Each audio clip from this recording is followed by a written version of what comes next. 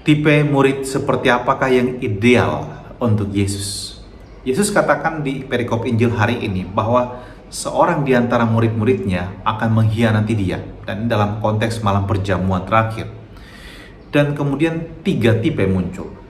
Yang pertama adalah jelas sekali Yudas Iskariot yang menjual Yesus dengan 30 keping perak. Dan alih-alih dia mengindahkan warning dari Yesus mengenai ciri murid yang akan mengkhianatinya, Yudas melakukan dan tetap melaksanakan apa yang sudah dia rencanakan. Dia pergi untuk kemudian membawa prajurit-prajurit menangkap Yesus di Taman Getsemani. Tipe yang kedua adalah Petrus yang nampak begitu gagah perkasa, begitu pemberani, dan berjanji akan membela Yesus dan akan hidup dan mati untuk Yesus, tetapi kemudian pada saatnya dia toh tidak mampu bertahan di dalam kesetiaannya dan janjinya pada Yesus. Dan Yesus juga katakan di perikop Injil hari ini bahwa sebelum ayam berkokok, Petrus akan menyangkal Yesus 3 kali.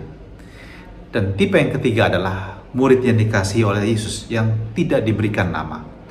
Tetapi dalam Injil hari ini dia menyatakan dengan gestur, dengan gerak tubuhnya, dia bersandar pada Yesus. Boleh kita katakan dia bersandar di dada Yesus. Dan inilah tipe murid yang setia, bahwa ketika Yesus mengalami kepedihan dan penderitaan dan seolah-olah ditinggalkan oleh siapapun juga, dia berada bersama dengan Yesus. Dia tidak pergi lari meninggalkan Yesus.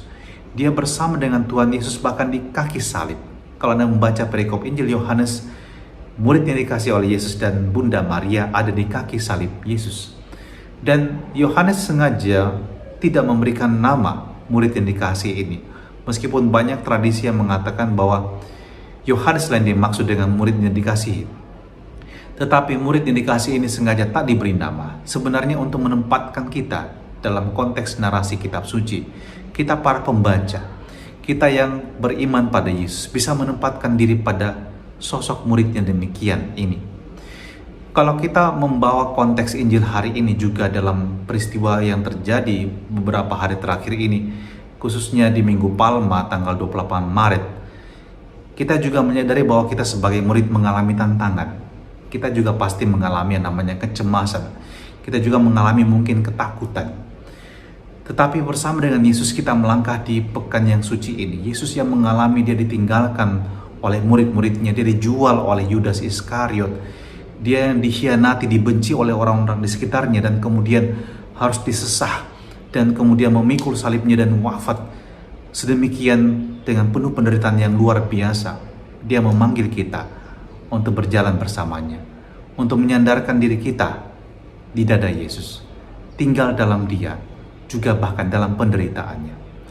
Maka saya berharap para pendengar yang terkasih, jangan kita lari meninggalkan Yesus, jangan kita diliputi dengan ketakutan dan kecemasan yang terlalu berlebihan. Kita tetap waspada, tetapi kita tetap ikut dia dan merayakan iman kita juga di dalam penderitaan Yesus, dan kita satukan juga dengan penderitaan kita sendiri. Kecemasan, ketakutan, kegelapan, ketidakpastian. Kita tahu Tuhan luar biasa dengan kuasanya, dan dia juga menjaga umatnya. Dan peristiwa yang terjadi pada hari Minggu lalu juga membuktikan pada kita bagaimana kuasa Tuhan masih menjaga kita, masih melindungi kita sehingga yang lebih buruk tidak terjadi.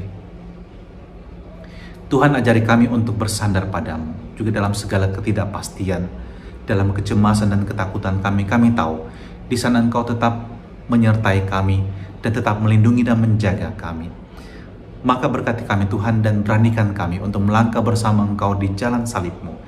Dan kami tahu Engkau yang setia tidak akan pernah meninggalkan kami seorang diri. Dan turunkanlah berkat-Mu atas kami semua, berkat yang Maha Kuasa dan menjaga dan melindungi kami semua, dalam nama Bapa dan Putra dan Roh Kudus. Amin.